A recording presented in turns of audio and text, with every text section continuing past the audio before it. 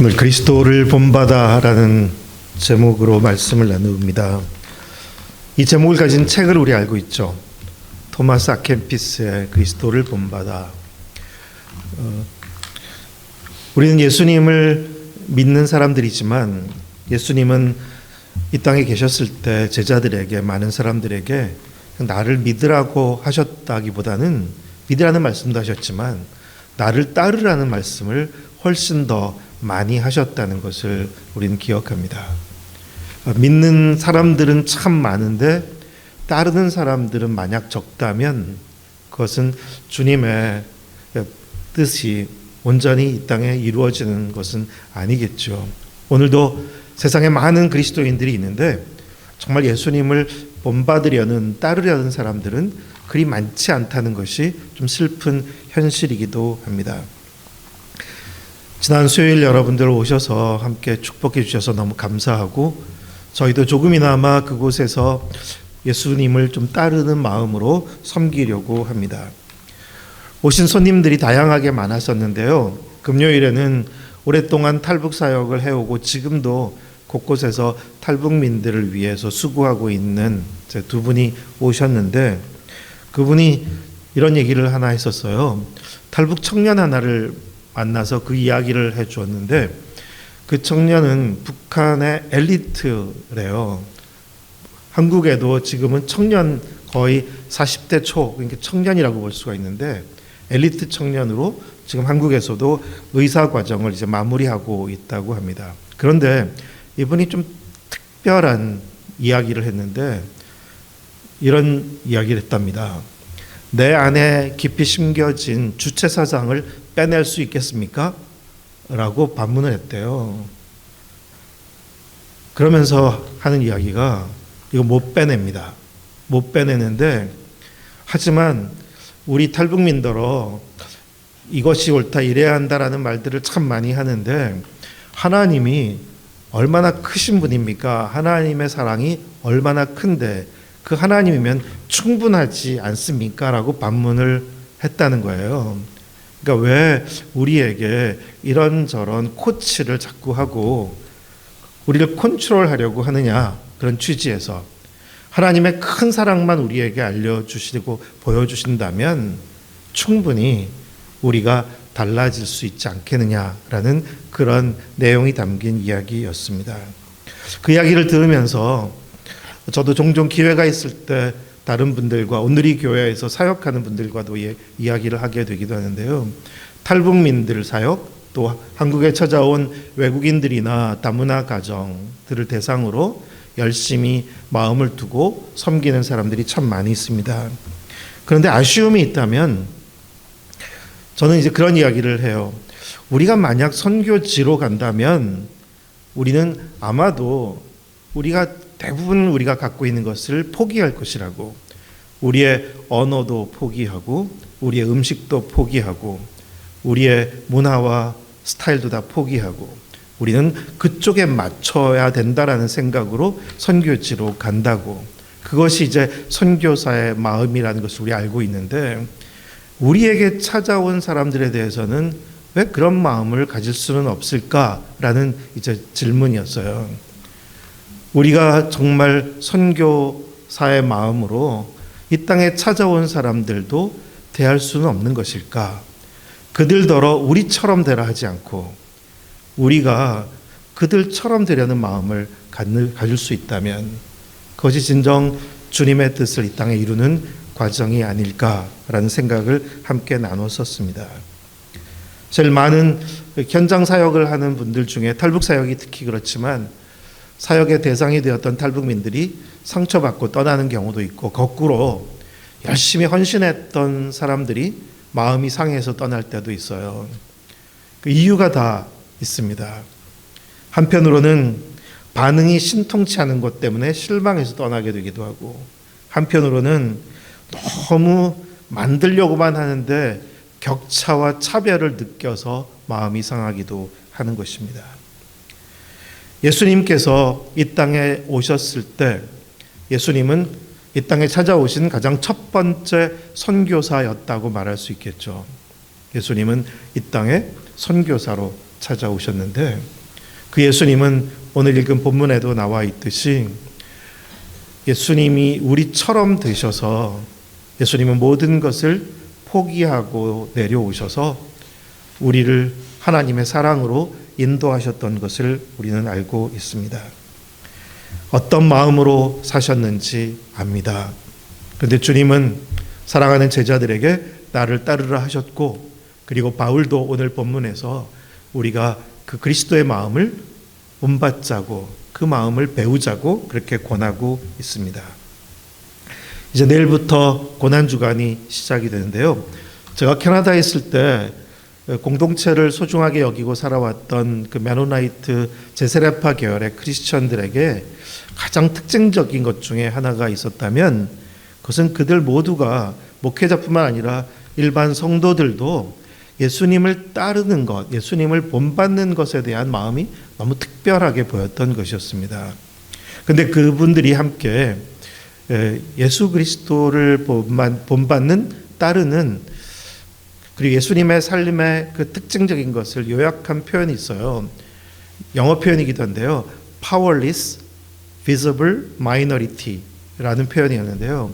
Powerless는 파워를 갖지 않는, 파워를 다 빼고 힘 없는, 그리고 visible은 invisible은 보이지 않는 거잖아요.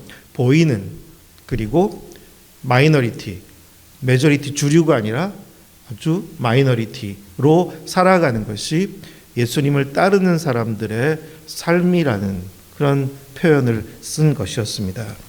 그런데 사실 이 표현은요, 힘도 없고, 그리고 보일 수밖에 없고, 그리고 아주 혼자나 소수자가 될 수밖에 없는 그런 처지, 그런 사람들을 우리가 살아가는 세상에서, 사회에서 생각해 본다면 청소년기나 아이들 때는 교실에서 왕따가 그런 아이들이에요.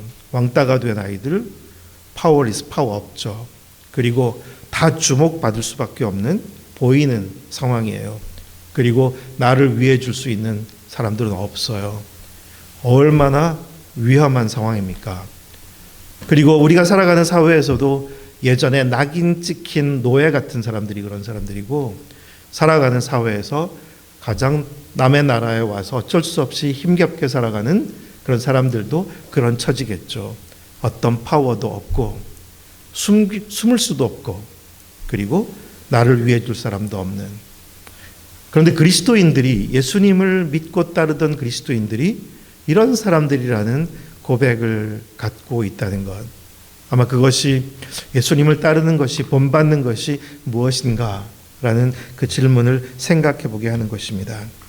하나님의 뜻이 이 땅에 이루어지기를 진정 우리가 원한다면 예수님께서 이 땅에 존재하시고 살아가셨던 그분의 마음과 삶에서 이것을 생각해 보게 됩니다. 거기서 배우기를 소망해 봅니다.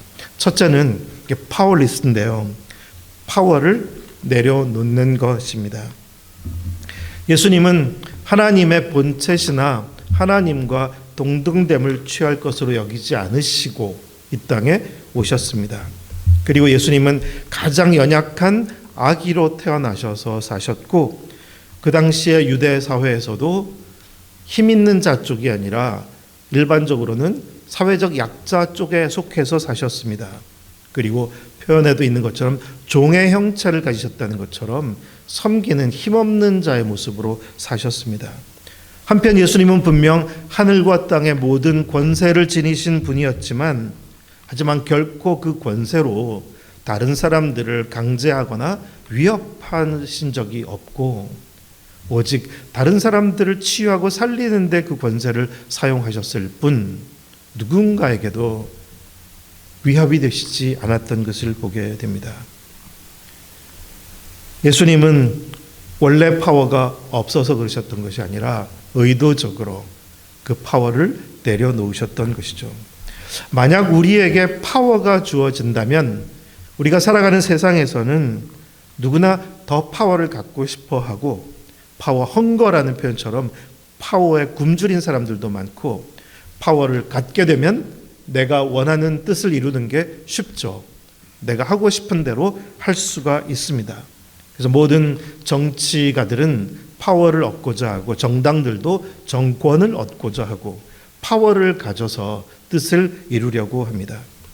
하지만 예수님을 진정으로 따르는 본받는 길은 파워를 갈망하는 것도 아니고 또 주어졌을 때 그것을 함부로 쉽게 사용하는 것이 아니죠.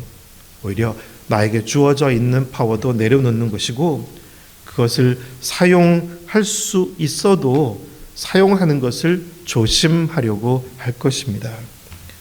기독교 선교 역사에서도 가장 흑역사라고 표현되는 내용들은 대개 기독교 국가들이 파워를 갖고 많은 곳곳의 아시아와 아프리카 나라들을 함부로 침략하고 지배하고 착취하면서 고통을 준 것입니다. 그들이 가진 우월감, 우리가 더 옳다, 우리가 낫다, 우리처럼 되라 라는 그런 태도가 복음도 전했을지 모르겠지만 많은 어두운 상처들을 남겨놓았다는 것을 부인할 수가 없습니다. 그리스도를 본받는다는 것, 우리가 주님을 따른다는 것은 나에게 있는 파워가 어떤 것이든 그것을 더 내려놓으려고 하고 오직 주님처럼 섬기려고 하는 데 있겠죠. 힘겨루기의 세상을 우리는 살아갑니다. 하지만 우리가 가장 소중한 가족 관계에도 공동체 관계에서도 가장 소중한 마음의 태도가 필요한 것이 있다면 힘을 빼는 것 같기도 해요. 부부 사이의 다툼도 힘겨루기가 되기가 쉽고 또 소중한 교회 안에서 또 선교지에서도 헌신한 사역자들 사이에도 힘겨루기가 되기가 참 쉽습니다. 그렇게 우리는 힘을 얻고 힘이 있다면 힘을 사용하게 되기 쉬운 연약한 존재인 거죠. 하지만 그리스도를 본받는다, 따른다고 한다면 내가 예수님께서 자기를 비워 사람의 모양으로 또 종의 형체를 지니고 섬기는 종으로 사셨던 것처럼 내가 그렇게 파워리스, 힘 없는 선택을 통해서 살아가야 한다는 것을 다시 한번 다짐하게 됩니다. 두 번째는 visible, 보여주는 삶이기도 한데요. 사람의 모양으로 나타나셨다는 것처럼 하나님은 원래 보이지 않습니다. 우리가 볼 수가 없는 분이죠. 가장 우리가 두려워하는 존재가 만약에 있다면 뭔가 큰 힘을 느끼는데 보이지는 않는다고 생각해 보세요. 정말 무섭거든요. 그러면 뭔가 어떤 큰 기운이 있는데 뭔지 알 수가 없어요. 파악도 못하겠고 보이지 않는다면 우리는 그 앞에서 어찌할 바를 모르게 됩니다. 보이지 않는 것이 더 그 힘이 있게 되는 것처럼 거꾸로 우리의 삶도 돌아보면 우리는 보여주는 것보다 보이지 않을 때가 더 안전하다고 느낄 때가 있죠. 혹시 투명 인간 되고 싶어 하신 적 있어요? 저도 있었어요. 어렸을 때. 투명 인간이면 얼마나 좋을까? 투명 인간이면 사람들은 나를 못 보고 나는 다 파악하고 알고 있잖아요. 그게 얼마나 편합니까? 나는 누구에게도 시달릴 필요가 없는 것입니다. 보이지 않는 게 더 안전해요. 한국 사회에서는 물건 도난이 별로 안 생긴다 그러죠. 어디다 곳곳에다 지갑을 놔두든 컴퓨터를 놔둬도 아무도 안 가져간다고. 그게 한국 사회가 굉장히 아주 좋은 나라라서 그렇다는 평가도 있지만 어떤 분들은 그렇게 말하더라고요. CCTV가 곳곳에 다 달려 있어서 못한다고. 그 말도 틀린 말은 아닌 것 같아요. 모든 곳에서 다 보고 있다면, 내가 다 보이는 가운데 있다면 우리는 사실 조심하게 되는 거죠. 그래서 우리는 안전하고 싶을 때, 안심하고 싶을 때 보여지지 않는 쪽을 선택하는 경향이 있습니다. 그래서 성도들도, 교회들도 많은 갈등과 분쟁을 겪고 상처를 입고 흩어지게 될 때 대형 교회에 찾아온 성도들 중에는 저도 여러분들을 만나봤는데 이유가 숨을 수가 있어서, 사실 작은 교회에 있다 보니 숨을 수가 없어서 참 시달렸는데 큰 교회 집회에 앉아 있으면 숨을 수가 있는 거죠. 그러니 안심하게 되는 것입니다. 이제는 스트레스 받지 않아도 되는 것입니다. 그리고 그렇게 숨는 사람들의 마음속에는 우리가 이야기를 주고받을 때도 보면 내 이야기를 정직하게 하는 것이 아니라 누가 그러더라, 다들 그러더라 그 얘기를 하는 거죠. 사실 자기 얘기를 하는 것이기도 한데, 하지만 내 이야기라고 하지 않고 사람들이 그러더라, 다들 그러더라, 누가 그러더라, 목사님이 그러더라, 그런 식으로 이야기를 전하는 것입니다. 이것도 숨는 것입니다.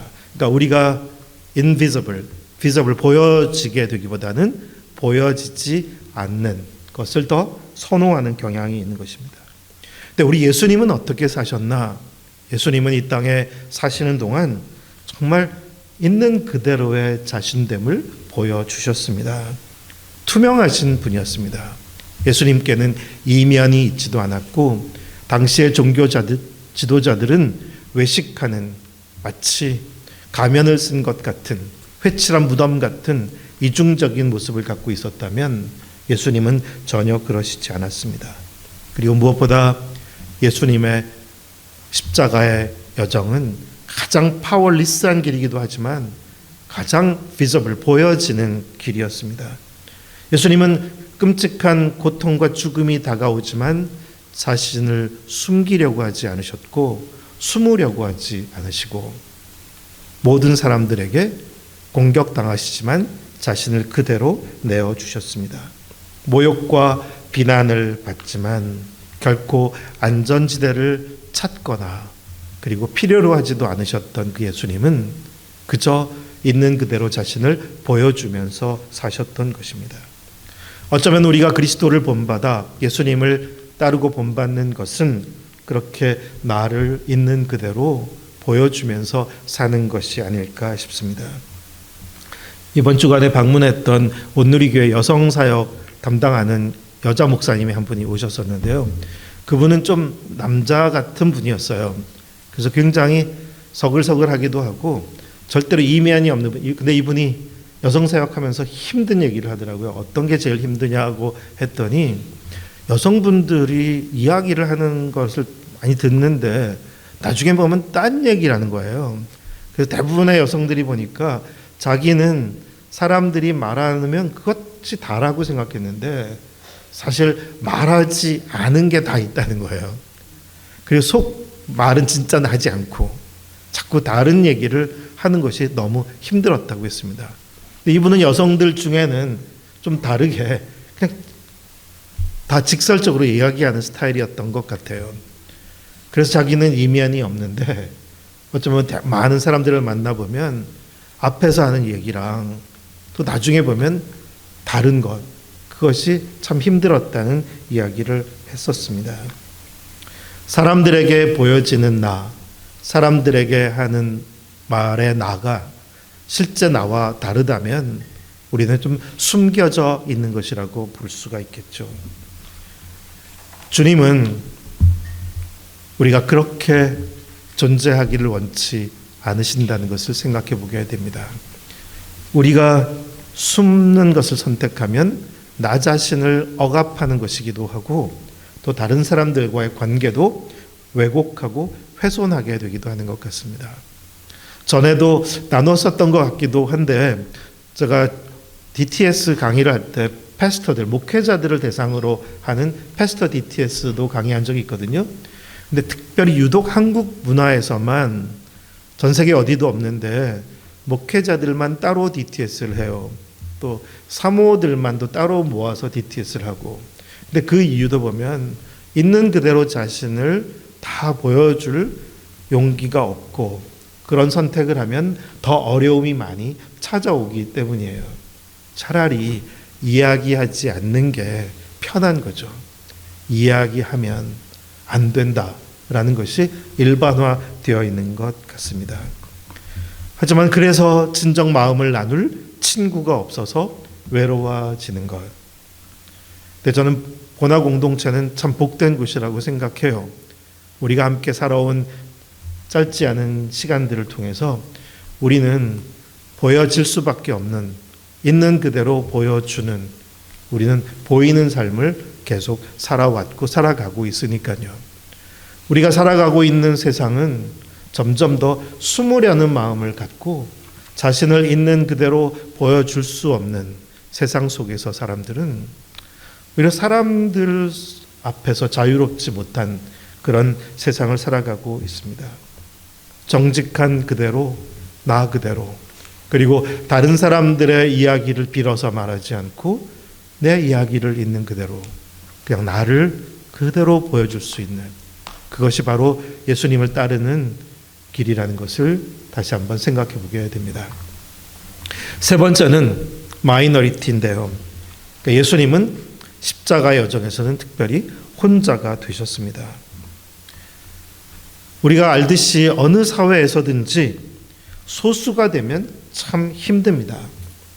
저희가 파키스탄에 있었을 때도 보면 파키스탄의 크리스천들은 정말 힘들게 살아요.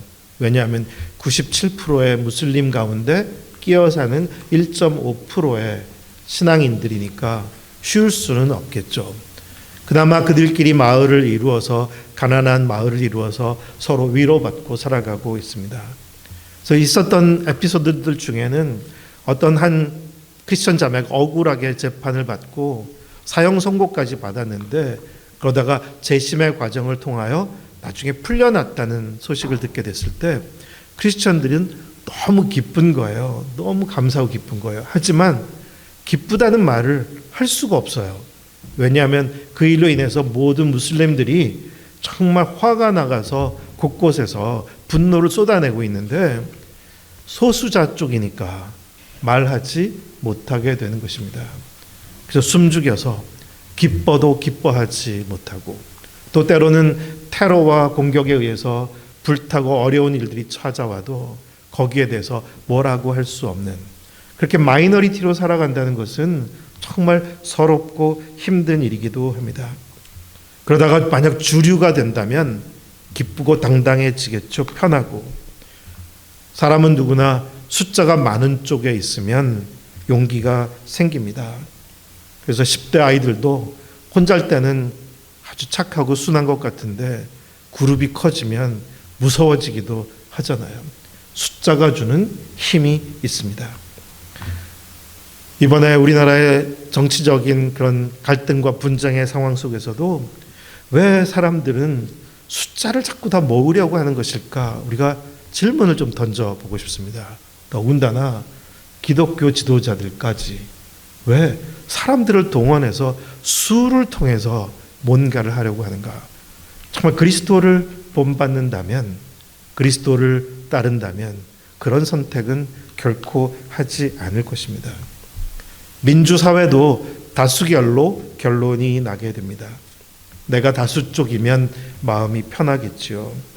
하지만 언제나 주류가 되면 놓치는 게 있습니다. 놓치는 게 많죠. 자기도 모르게 실수합니다. 왜냐하면 마이너리티의 처지와 마음을 사실 잘 보지 못하기 때문입니다.